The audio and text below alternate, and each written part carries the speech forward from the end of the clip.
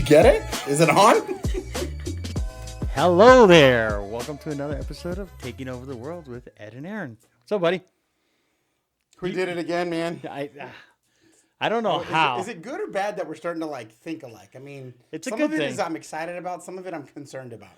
I'm excited Okay. because Mercy and I have been thinking alike for 22 years. Okay.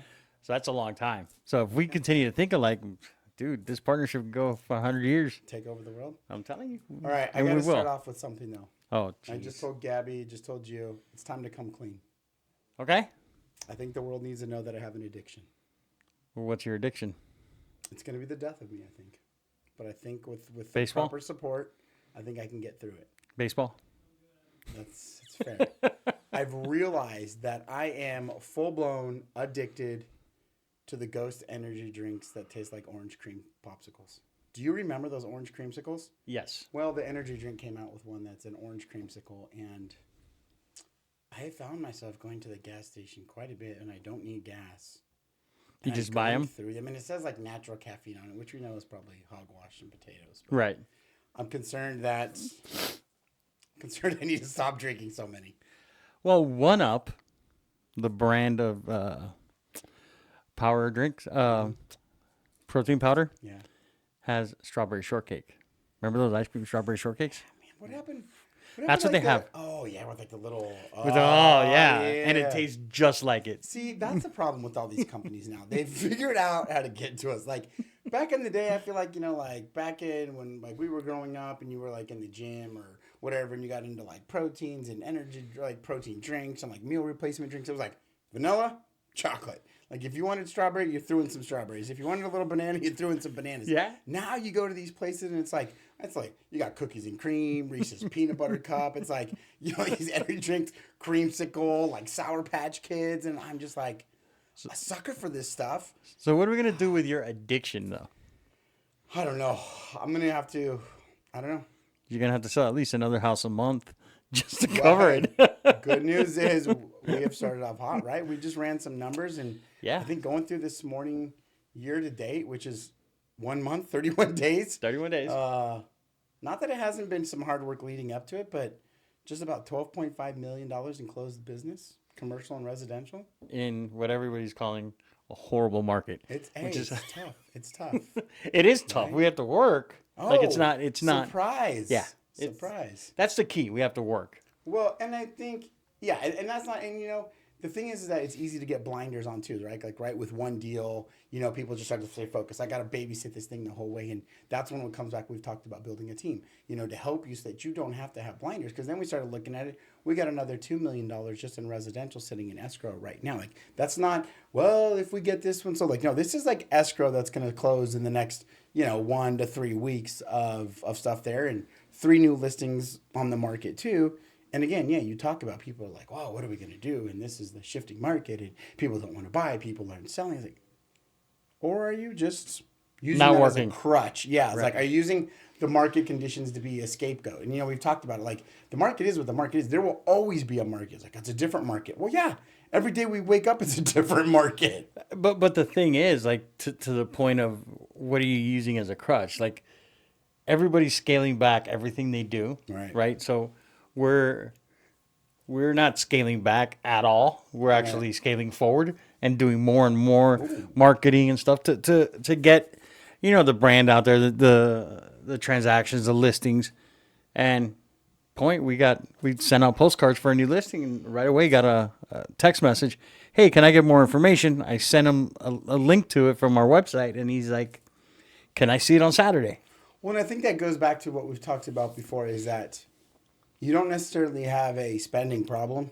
Nope. You got a sales problem. That's it. Right? Like, there's costs associated with doing business. Like, you need to have a budget. Figure out how to get the money to cover your budget. Because the more you shrink your budget on advertising, marketing, staffing, things like that, it makes your job that much harder. Right. Where if you just go out. So, and then that, and that kind of makes me think, and watching the football games this weekend, we had Tavis. Is that the new name? Tavis? Taylor Travis? Okay. Swelsies? Tavis. The Swelsies. Right? The Swelsies. Team Swelsey, Team Tavis, right? And then I was watching, the Niners game, and you get all these people, right, talking about Brock Purdy, the pride of Perry High School, Iowa State, and Mr. Irrelevant to two-time NFC Championship game, MVP consideration, and now he's playing in the Super Bowl in the second season.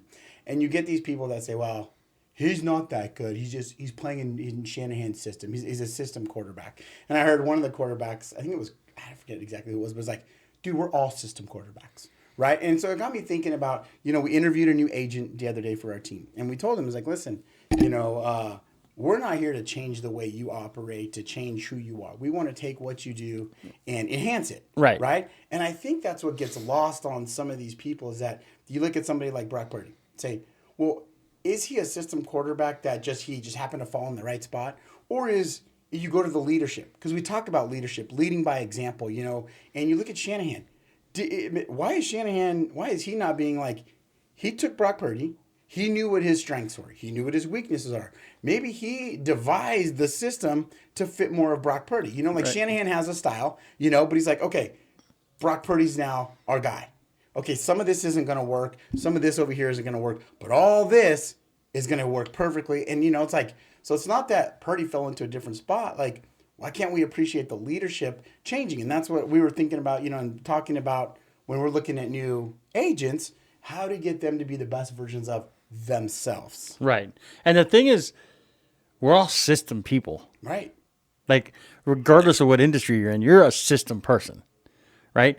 Could we do as much as we're doing and be able to create what we're creating if we didn't have a system to do it? No. I mean, that's the easy answer is, oh, yeah, we could do this no matter what. But you can't. You need a system. You need people doing what they're good at so you can do what you're good at. It's the same thing, right? So, like, talking about that this weekend, like Lamar, he's heard all these things about he's not a quarterback. He's more of a quarterback running back. So how do we change the narrative? Well, I'm going to win the AFC Championship throwing the ball and only running it 6 times in the entire game. And all you did was just tell Kansas City, hey, you know what? Just put 6 DBs out there. We're faster than anybody on the offense. Just leave them out there. He's not going to run the ball. We don't need a big defender. We just need 6 guys out there. 5 to 6 guys on 90-something% of the plays. And how'd that work out? They lost. Well, they got lambasted. And I think that goes back to the 3-letter bad word that we've talked about before. It's ego.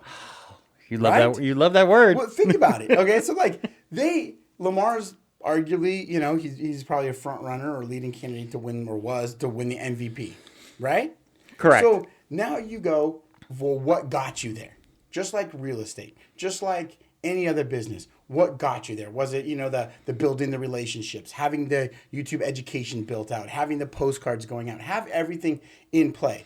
Well, all of a sudden somebody's like, well, you're just more of a running quarterback. You're not a true quarterback. And he's like, oh yeah? Watch this. And he made it all about him, right? Right. And he's like, I'm just going to throw you. I'm going to show you that I can throw. 49ers like, sucker, right? Like the Chiefs, the Chiefs were like, right? The Chiefs goes, you fell right into our plan. Right. We baited you. We played your ego. You caved. You made it about you. You guys wanted to beat us by passing, and you fell right into our trap. And I think that's how agents get on these teams, right? It's like they follow our system that gets them a listing, or they close a deal, and then all of a sudden, what do? They want to leave. I am the greatest. I want to leave. I've got it all figured out. And then they go off on their own, and what happens? Well, now they don't have the systems anymore. They don't have the support, right? Purdy doesn't have, McCaffrey, Kittle, Ayuk, Sun Devil Nation, best catch we've seen in a long time off the guy's helmet. That's a Sun Devil catch right there, right? But then that's what happens, right? Had to throw him in there. Then they fail, and they're like, oh, man, it's the market.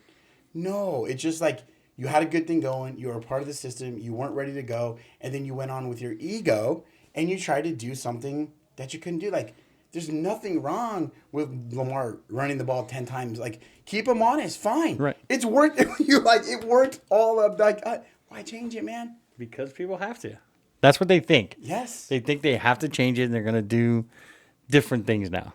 Yeah. And they don't. I mean, it's easy when you're a system guy. Right. And somebody else has a system. And then now when you have to go on your own, the person that I think, personifies that in football, right? Because that's what we're talking about.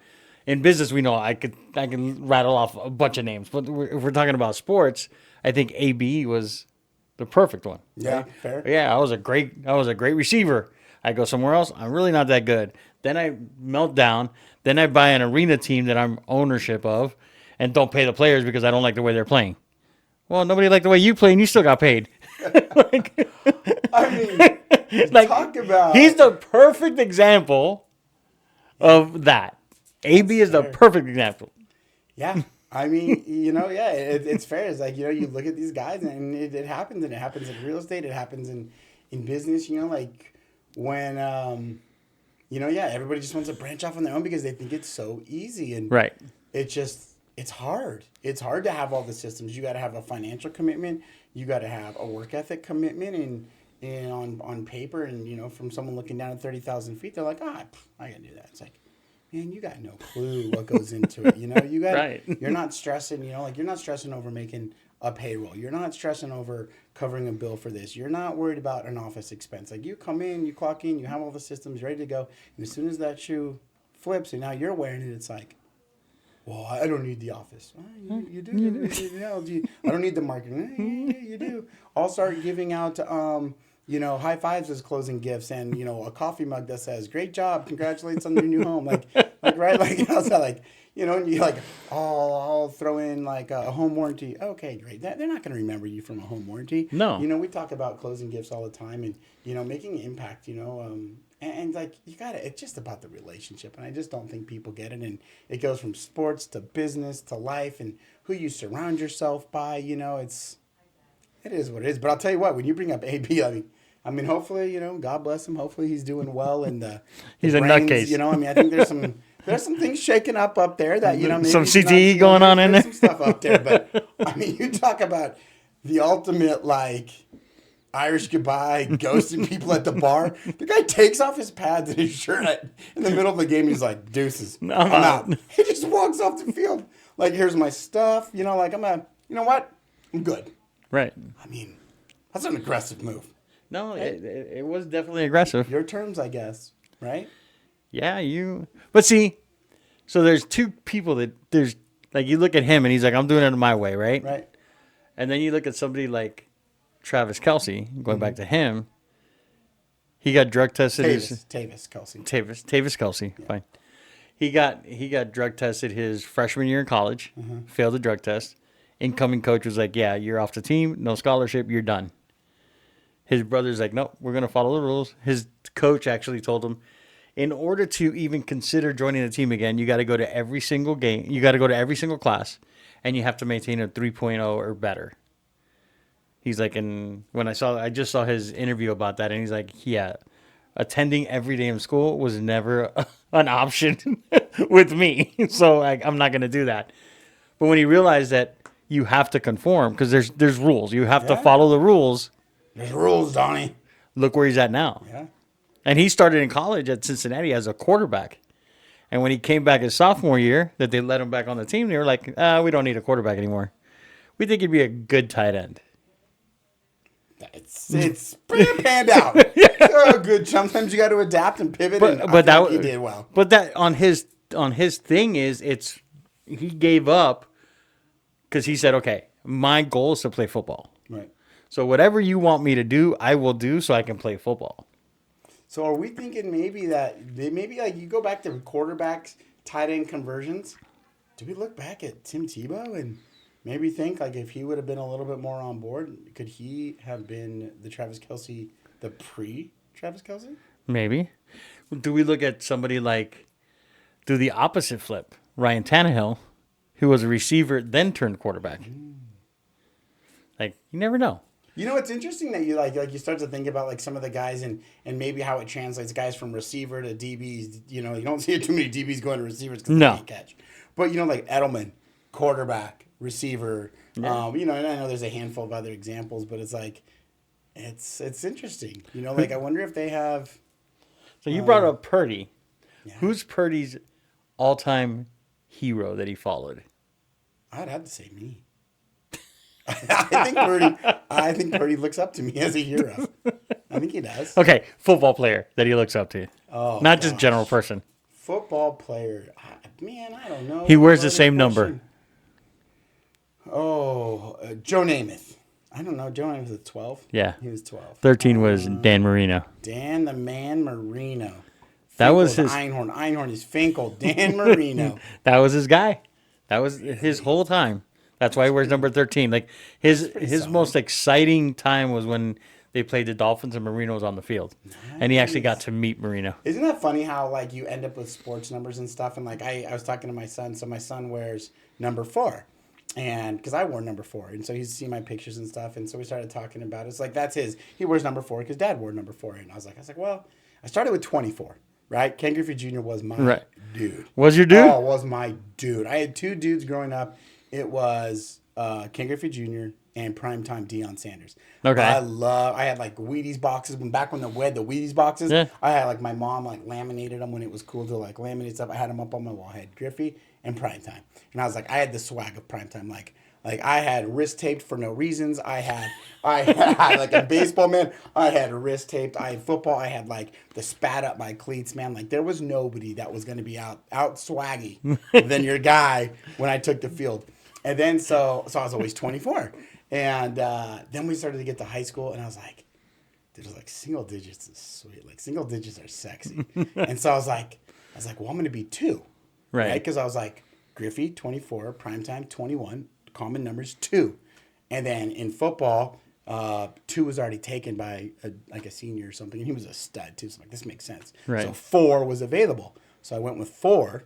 On both. Yeah. So then I went on from 4, and everybody knew he was 24. Like, man, when the uniforms came out, they're like 24 is already taken. And I was like, guys, I'm gonna throw you for a curveball. I switched to 4, and yeah, I got uniforms where that was sexy. And now my youngest son, he's number 7 for baseball, and it's funny because like the reason he's number 7 is that we had some good family friends. They work in the office above us. His son I coached. He was just a year older than Braxton, my oldest son, and he passed down some club gear for our Tigers team, and he had an extra helmet, and on the back of the helmet was number 7.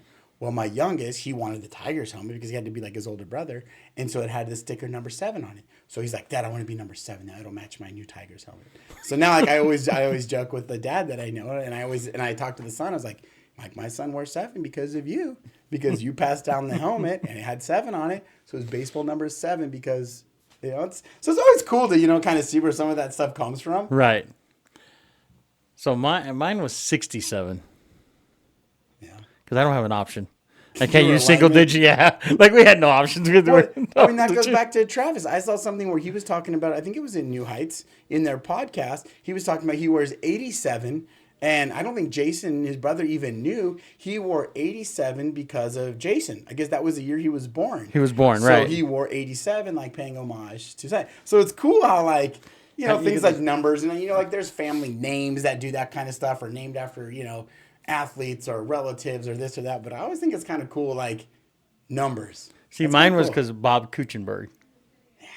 Offensive lineman in the 70s and 80s for the Dolphins. That's wild. So that's why 67 was the perfect number. Like, I didn't want to wear anything else. And Kansas City, when we were younger, we played for the Westchester Chiefs. They don't even exist anymore. Ooh. And we had the logo on our helmets that looked just... That's when you used to join a league and they had all the uniforms. Sure. You didn't do Yeah, anything. right. So we used to have those. So we started following the Chiefs being in Miami. We still love the Miami. That's our favorite team. Sure. But we followed the Chiefs because they had the same logo as we did. Right. So we were like, okay, we got to follow them now. All right. Well, speaking of the Chiefs, speaking of this stuff, I think you've come around full circle now. Why? You thought I was crazy when we started talking about branding and marketing and getting the Ogre Network and, just trying to expand the brand so people, knew what we did, what we offered, who we are. For us, it's about that relationship and, just people understanding what our brand is all about. That's the biggest thing to us, right? Right. Creating that relationship. Yes, I've come around. You came around. I've come around. So now you're starting to believe me that as this thing initially came out, $331.5 million growth in NFL and Chiefs because of this partnership of the branding. I think it all started with A publicist? That's- Called another publicist? You know, that's what Paige Van Zandt, former UFC fighter, said.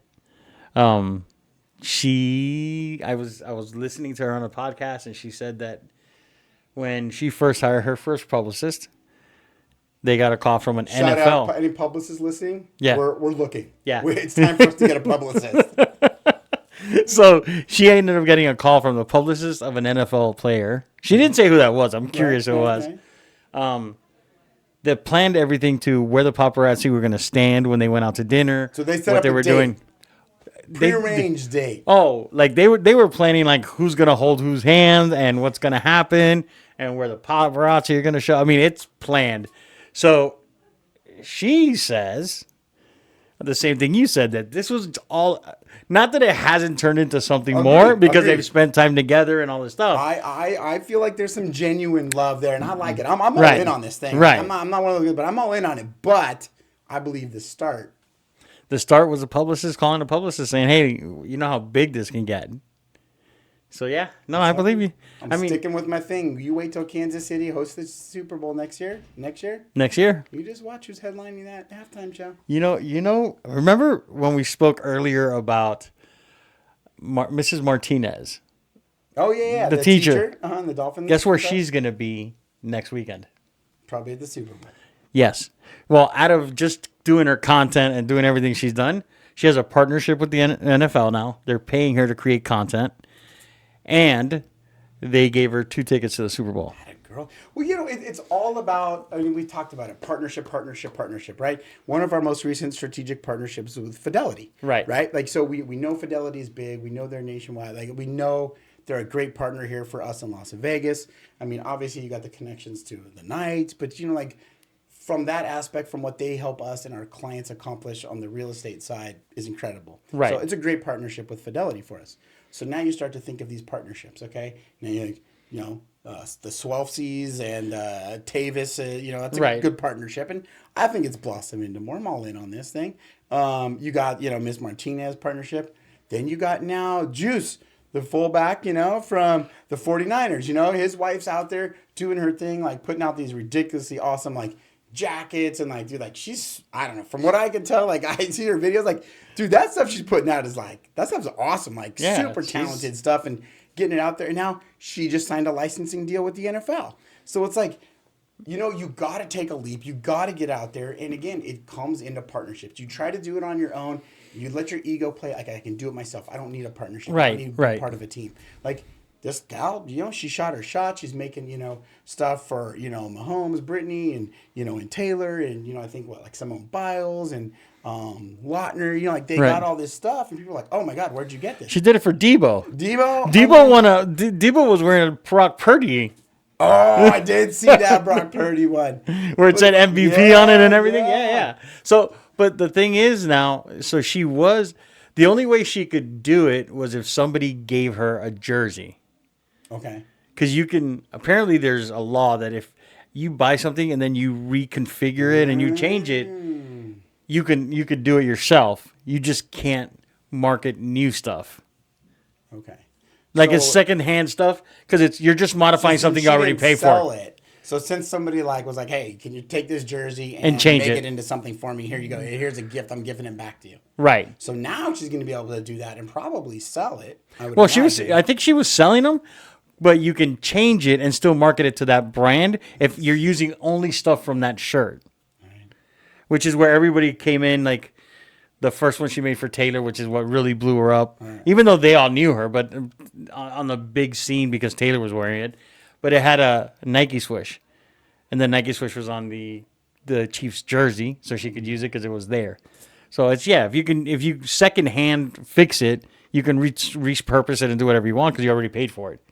But now she has a deal where she could do it. Those jackets are going to sell for $500 on the NFL. It's going to be $500-$600 for a puff jacket. Come on, dude. And it just goes into the reach. It's like, right, like a partnership of you and I. Right. You know, just take it on a stereotypical, hey, residential, commercial. Well, if I got commercial, boom, there's a good partnership. You got residential, boom, there's a good partnership. Right. We need title work done, boom, we got Fidelity, there's a partnership. We need hard money lending, boom, you've got into a partnership for Right. hard money lending. Now you can start to finance and do your own flip and fixes. Like, so it's like adding all these different reaches, adding all these new partnerships. Like, I mean, I'm sure this was probably her goal at some point. Maybe not the NFL but have her own fashion line. And maybe we're just late to the party. Maybe she's got something else that's already going. But like, dude, signing the NFL, I mean, it's huge. And, you know, it's like just the more avenues, the more you put out there, the more branding you get. And, you know, sometimes you got to put out, you know, send a couple free things out there, get it out there. You got to do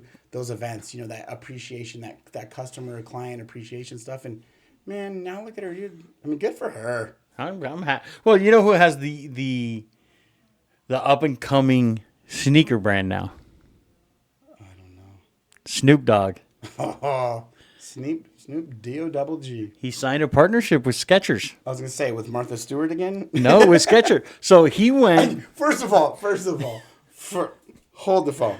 Who would have ever thought that? Like, think about those two names. Like, when you start talking about Snoop Dogg and Skechers. But I'm sure it's gonna be a great part. But man, those names just off the top of your head, you don't think Skechers. No. Snoop Dogg or Snoop Dogg. Skechers, like I think No. the Joe Montana commercials, like where he steps into them, like but the owner of Skechers, right, the creator and everything, when he was coming up for a partnership, he went to Snoop Dogg, and Snoop Dogg's like, yeah, I don't know. But the more he started researching them and then started researching Nike, he's like, yeah, I'm not gonna get a sneaker deal with Nike. Like, I'm not an athlete. I don't do. Like, they have their jam. You know, the Jordans, the Kyries, the whoever. The LeBrons. So he was like, I don't know, let me research. Well, the number one selling shoe in the world is Skechers. no way. Yeah, in the world. Okay. Not in the U.S., in the world. Because there's Forget certain, about all those other places. yeah, there's because remember, it's the brand that sells work for nurses, easy slide on skid. They sell them to police officers. So they have different lines. Okay. So based on that, they're the number one in the world. So he was like, you know what? They want me. They come after me. Let me try it. Gave him creative control. Let him do what he wants. And you know him. He's just going to sit back and rake in the money. Snoop Dogg sneakers. Oh, you got to see them. They're cool. He just came out with a new movie too. Snoop Dogg is the man. I think he's. I'm a Snoop Dogg fan. I mean, how can you not be Snoop Dogg? But look at that partnership. Whoever thought a partnership between him and Martha Stewart was going to make it. I mean, the two things I don't associate with Snoop Dogg was going to be Martha Stewart and Skechers. Like, it's just like, I don't know. But hey. And now he has that smokeless barbecue or the smokeless fire pits or whatever now that he's doing. And I think that just goes back to, you know, like, don't judge it. You know, like, he obviously, you know, did some research in his camp and thought, hey, this is a good partnership and Partnerships work, brother. let's do it. It's pretty awesome. Have a good one. See you, buddy. All righty.